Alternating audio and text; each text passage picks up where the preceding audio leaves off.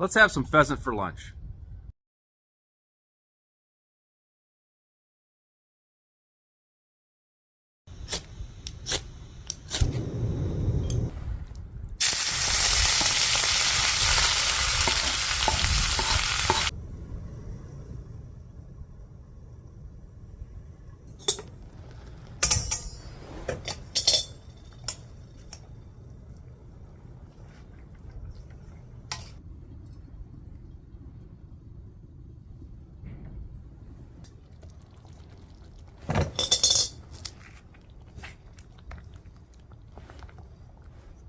That one-legged pheasant cooked up pretty darn quickly. I added a little bit of leftover venison just to kind of bulk this meal up. Let's give it a try.